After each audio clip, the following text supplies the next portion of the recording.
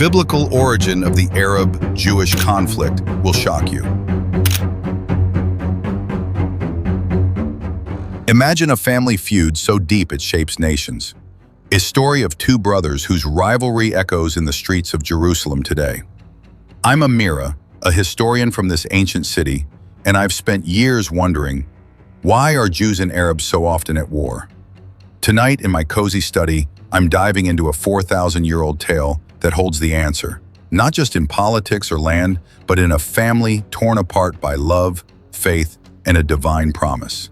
This isn't a lecture, it's a journey, and I want you to come with me. Picture a desert long ago, where a man named Abraham hears God say, "Your descendants will be a great nation, blessing the world." It's a beautiful promise, but it sets the stage for a family drama that still unfolds today. I keep thinking about what it means to be family, how love can bind us, but also tear us apart. That's where our story begins, with Abraham, his wife Sarah, and a promise that tested their faith. 4,000 years ago, Abraham stood in this land, carrying God's promise of a great nation.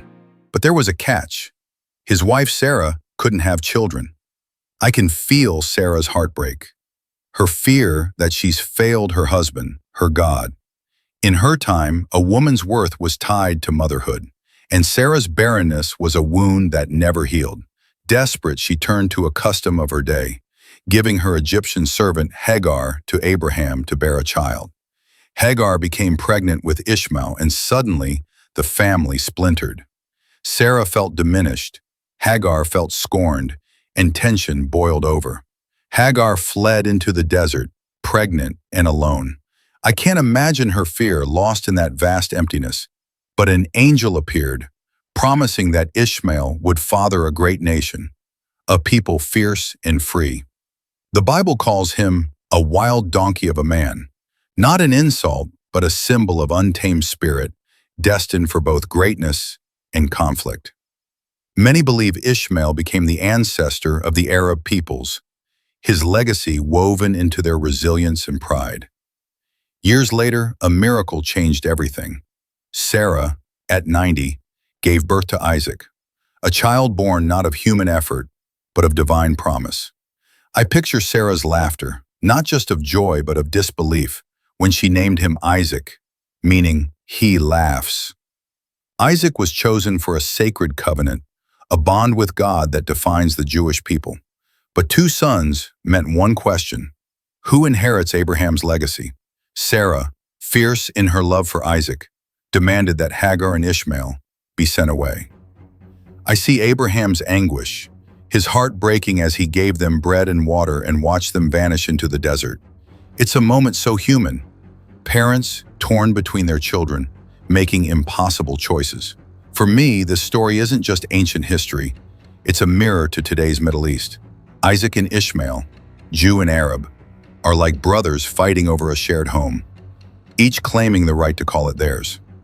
I keep asking myself, did Sarah regret her choice? Did Abraham ever stop grieving for Ishmael? Their pain feels so close, and it leads us to a prophecy that shapes the world we see today.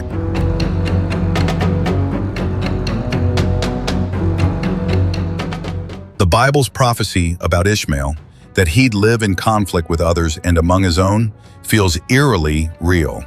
I think of the Arab world's incredible history, empires like the Umayyads, poetry that sings, science that lit the way. But I also see division, like the Sunni-Shia split or wars in Yemen and Syria, as if Ishmael's fierce independence carries both strength and strife.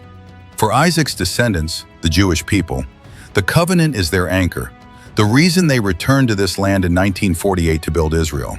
But for Palestinians, that year was the Nakba, the catastrophe when many lost their homes. It's as if Hagar and Ishmael's exile played out again. Two peoples, one land, both carrying scars of loss. Last week I met Khalil, a Palestinian shopkeeper in Jerusalem's Old City.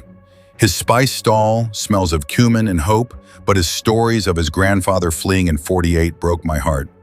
"We just want dignity," he said, his hands trembling as he weighed saffron. Across the street, Rachel, a Jewish artist, paints the Western Wall. My family escaped persecution, she told me. This land is our refuge. Khalil and Rachel both dream of peace, but history pulls them apart, like Ishmael and Isaac standing on opposite sides of their father's promise. I keep wondering, why does their shared homeland feel like a battleground? This prophecy isn't just fate, it's about human nature, how we cling to identity when we feel threatened. Khalil and Rachel aren't enemies. They're neighbors caught in a story bigger than themselves. I see Sarah and Hagar in their story, two sides of a family, each fighting for their place.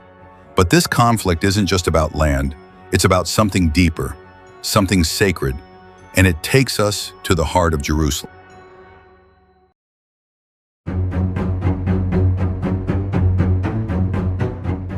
If this conflict has a heart, it's the Temple Mount, right here in Jerusalem.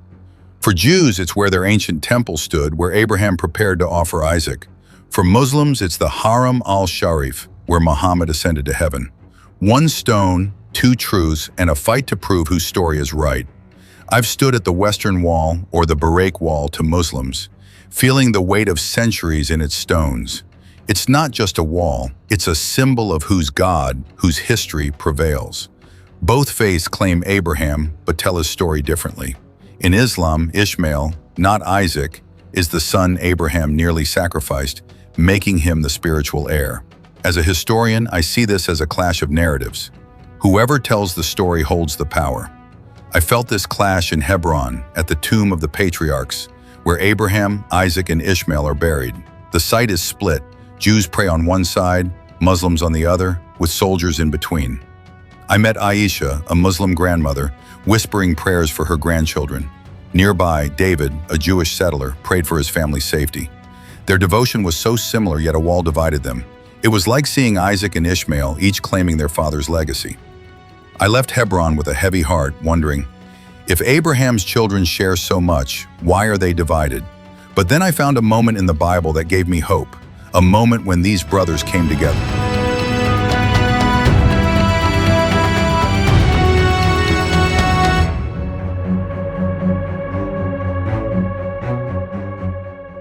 In the Bible, there's a moment that stops me every time. When Abraham dies, Isaac and Ishmael, estranged for years, reunite to bury him. Two brothers, side by side, mourning together. It's brief, but it's powerful, a hint that this family can heal. I see echoes of that moment today. In 2020, the UAE and Bahrain signed the Abraham Accords with Israel, named for their shared ancestor. It's not perfect, but it's a step. There's more. Jewish Kabbalah and Islamic Sufism describe the soul's journey to God in almost identical ways. I once joined a gathering in Istanbul where a rabbi and a Sufi sheikh shared their love for the divine, not debating but connecting. That spirit of connection lives in Sarah and Fatima, two women I know from a Jerusalem peace group. Sarah, a Jewish teacher, lost her brother to violence. Fatima, a Palestinian nurse, lost her cousin. They met in a dialogue circle, and though it was tense, their shared grief became a bridge.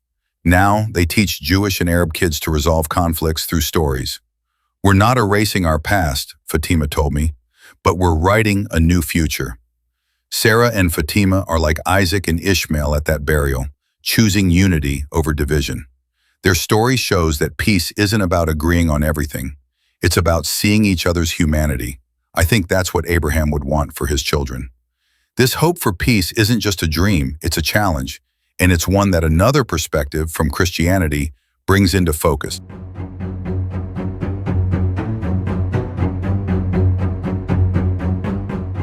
Christianity offers a new angle on this family story. The New Testament says Jesus came to tear down the wall of hostility, creating a family where Jew and Arab are equal.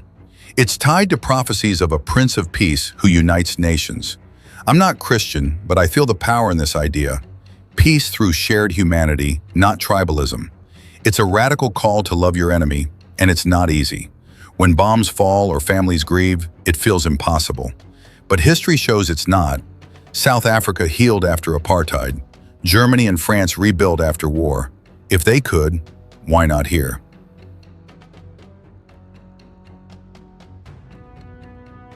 I learned about Rami and Noor, parents in a group called Parent Circle who've lost children to this conflict. Rami, an Israeli, and Noor, a Palestinian, spoke at a talk I attended. "My daughter's death shattered me," Rami said, "but Noor's courage gave me hope." Noor nodded, tears in her eyes. "We're not enemies, we're parents." Their embrace was a glimpse of Isaac and Ishmael standing together. This family story, a promise that divided two brothers, a land that holds both their dreams, and a hope that keeps pulling them back. Lives in Khalil's spices, Rachel's paintings, Aisha's prayers, David's faith, Sarah's lessons, Fatima's care, Rami's hope, Noor's strength. They're all threads in the same tapestry. My lesson is this: peace begins with stories. We build bridges by listening, by seeing the other as a sibling, not a stranger. In Jerusalem, I've seen walls, but I've also seen hope. This olive branch is a symbol of peace in both Jewish and Arab traditions. Let's plant it together. Share your story of peace below, and if you want more tales of history and healing, subscribe. Shalom, salam, and until next time, keep telling stories that unite us.